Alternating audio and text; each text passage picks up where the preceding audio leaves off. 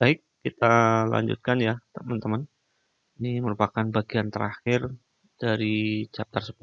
Juga mungkin sepertinya bahasan materi terakhir sebelum teman-teman libur lebaran ya.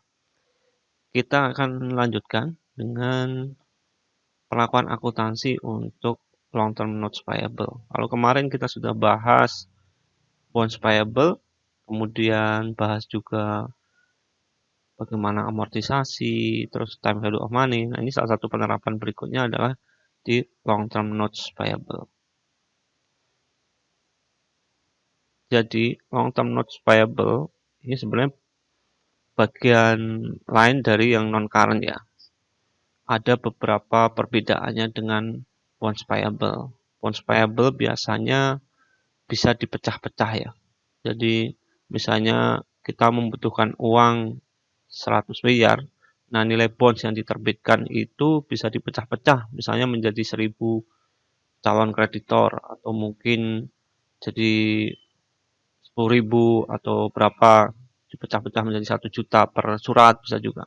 Nah, kalau long term notes payable ini diterbitkan satu surat itu besar dan penerbitnya juga biasanya lembaga keuangan, bank ataupun lembaga keuangan lain.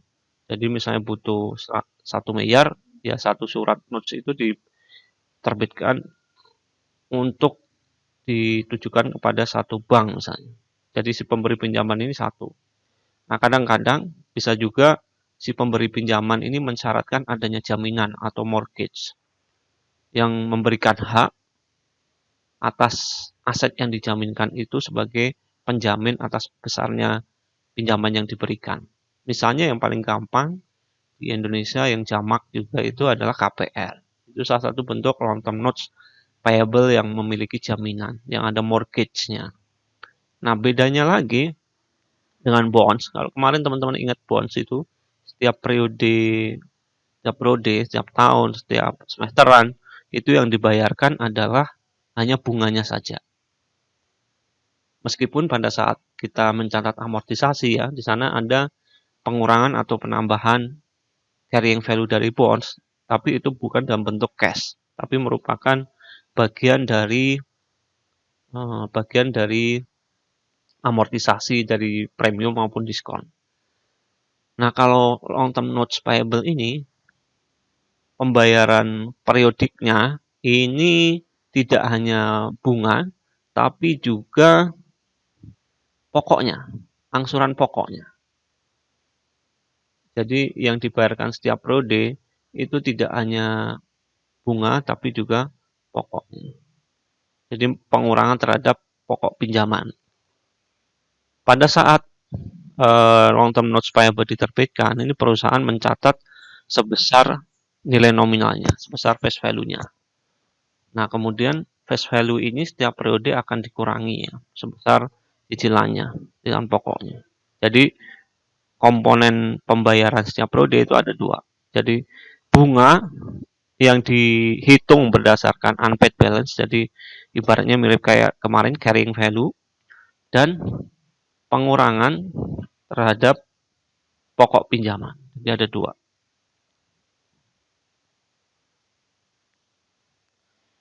Kalau kita lihat pada saat pemecahannya gitu ya, maksud saya bukan dipecah apa namanya, pembagian angsurannya itu bisa kita buat untuk memudahkannya bisa pakai tabel ya, tabel pembayaran angsuran. Nah, ini contohnya pakai dibayar periodenya tahunan, bisa juga semesteran, triwulan, bahkan bulanan.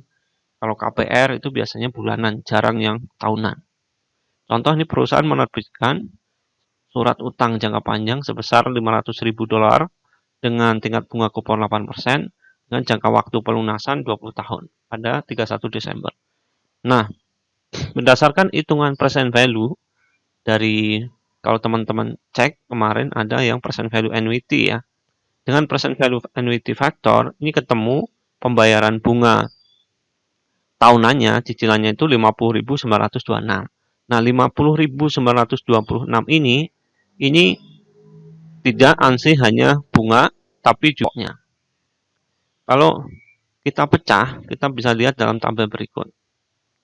Jadi pada saat tanggal penerbitan ini saldo pokok pinjaman masih 500.000 ya. Nah, tahun berikutnya pada saat pembayaran bunga pertama ini cash payment-nya sama terus karena cicilannya besarannya tetap terus. Untuk yang kedua, kolom ketiga ini maksud saya yang interest expense ini dihitungnya adalah tingkat bunga kupon dikalikan dengan saldo pinjaman 8% dikalikan kolom D di periode sebelumnya. 8% kali 500.000 ketemu 40.000. Nah, yang C pengurangan pokoknya ini diselisihkan antara pembayaran angsuran cash payment-nya dikurangi dengan pembayaran bunga. Selisihnya masuk sebagai pengurangan pokok. Ini kalau kita lihat tahun kedua, tiga, dan keempat saja. Terusnya bisa dibuat sendiri nanti sampai tahun 20. Untuk porsi pembayaran bunga ini besar di awal. Kemudian akan semakin mengecil. Dan sebaliknya untuk yang angsuran pokok. Kecil di awal, kemudian semakin besar. Nah, ini nanti mungkin mudah-mudahan teman-teman nggak terjerat utang-utang yang seperti ini ya. Tapi kalau terpaksa misalnya nanti teman-teman memiliki hutang KPR atau hutang bank, biasanya menghitungnya juga seperti ini. Jadi yang besar itu kita pakai porsinya untuk membayar bunga, baru sisanya untuk membayar pengurangan pokok, cicilan pokok. Itu perhitungannya. Sekarang kita lihat jurnalnya ya. Catatannya seperti apa. Pada saat diterima, pada saat menerbitkan surat utang, ini standar mau pakai bonds, mau pakai note sama cash pada non-current payable. Dalam hal ini mortgage payable karena ada penjaminannya. Berarti 500.000 pada 500.000. Tahun berikutnya pada saat membayar angsuran pertama, ini yang dicatat paling mudah adalah cash-nya dulu. Cash-nya adalah 50.926. Ini yang jumlahnya tetap sepanjang periode, makanya dia annuity. Kemudian yang dihitung berikutnya adalah interest expense. Ini kalau kita nggak membuat tabel ya. Jadi interest expense ini dihitung dari 8% dikalikan dengan saldo. Ini. Saldo awal tahun tersebut 100.000. Nah, di tahun kedua nanti jurnalnya untuk yang pembayaran angsuran isinya sama seperti ini, cuman angkanya yang berbeda. Cash-nya tetap 50.926, tapi interest expense-nya berkurang dari 8% dikalikan 500.000 dikurangi 10.926. Atau bisa juga lihat dari tabel tadi. Nah, mortgage payable-nya adalah selisih 50.000 dikurangi dengan interest expense. Nah, buat latihan, silakan coba kerjakan ini ya sekilas.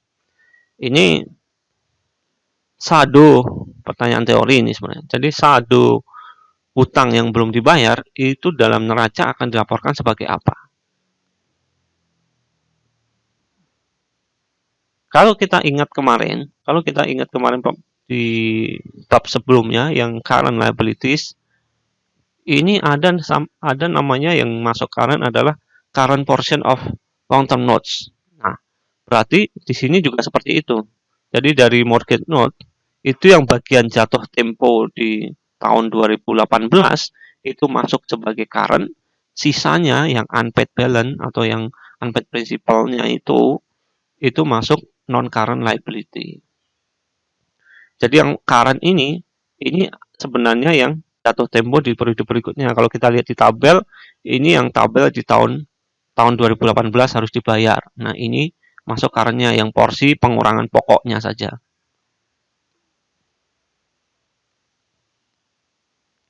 Nah, mungkin ada yang bertanya-tanya, apa yang membuat perusahaan memilih menerbitkan bonds maupun menerbitkan notes. Jadi tadi karakternya lain-lain ya. Jadi ada yang memilih menerbitkan bonds karena dengan bonds ini bisa menjaring investor yang lebih banyak karena bisa dipecah-pecah penerbitannya ya, bisa 1, 2, 100 bisa. Sementara kalau notes ini cukup berisiko karena si kreditornya hanya satu atau mungkin dua institusi keuangan saja gitu. Makanya sekarang lebih trennya lebih banyak menerbitkan bonds. Dan juga kalau notes umumnya yang diterbitkan adalah lembaga keuangan, sementara kalau bonds bisa investor umum bisa. Ini contoh lain. Lain perusahaan menerbitkan menerbitkan notes payable senilai 250.000 juta won dengan tingkat bunga kupon 6% dan jatuh temponya dalam 20 tahun untuk membangun lab yang baru.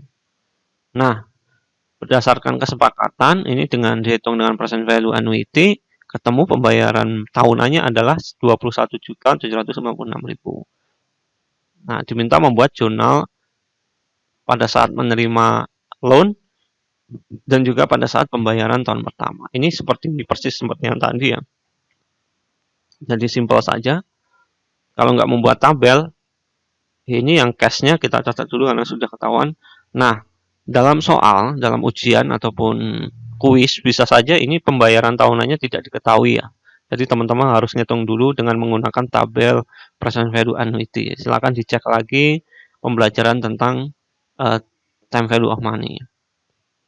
Nah, kalau sudah ketemu pembayaran bisa ditulis di sini 21.796.000. Kemudian kita hitung interest expense-nya.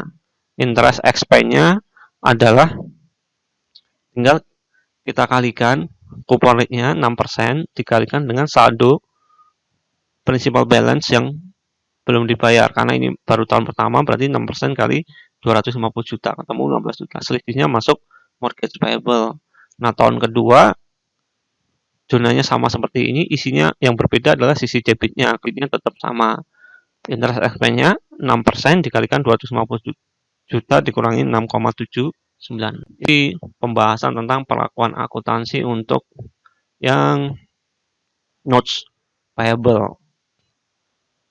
Karena bonds sudah selesai juga, sebenarnya pencatatan non-current liability sudah selesai ya. Sekarang kita akan beranjak pada bagaimana disajikan dalam laporan keuangan. Nah, kalau ini sebenarnya teman-teman sudah maklum, sudah tahu semua ya. Kalau non-current itu masuknya di statement of financial position atau balance sheet.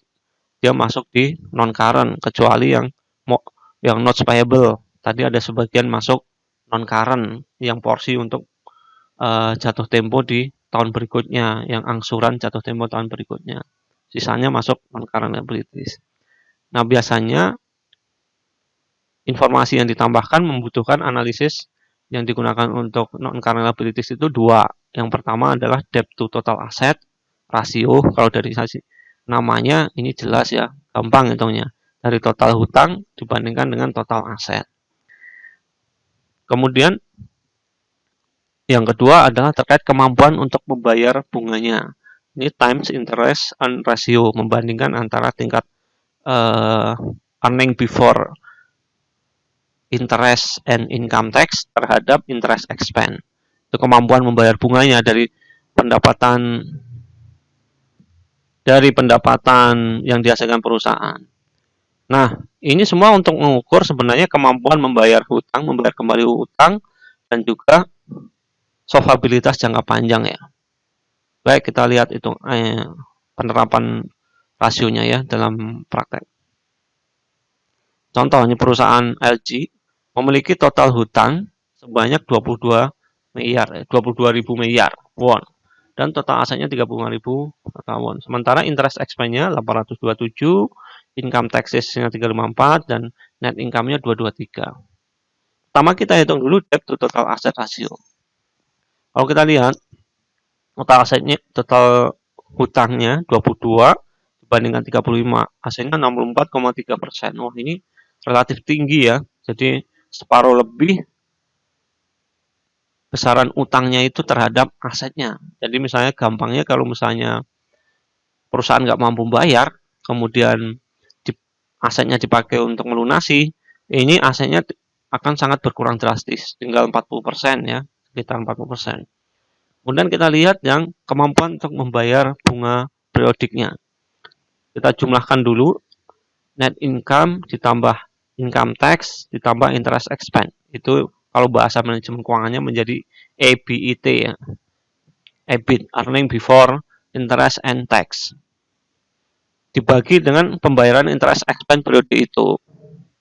354 ditambah 827 ditambah 223 kemudian dibagi 827 ketemu 1,7 kali. Jadi perusahaan kemampuan pendapatan perusahaan untuk membayar bunga ini 1,7 kali. Sebenarnya dari sini cukup riskan ya, karena beban bunganya ini cukup membebani perusahaan sebenarnya. Jadi secara simpel mungkin bisa dibilang kurang bagus gitu. Kalau bisa perusahaan mengurangi tingkat hutangnya.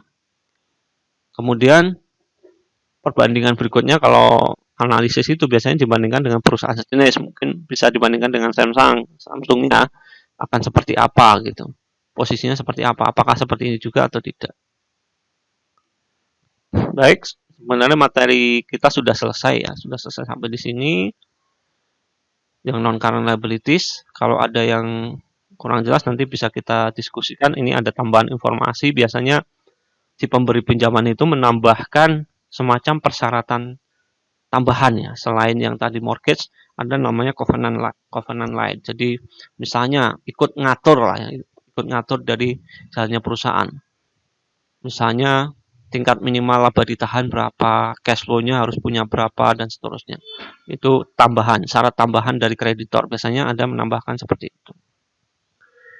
Oke.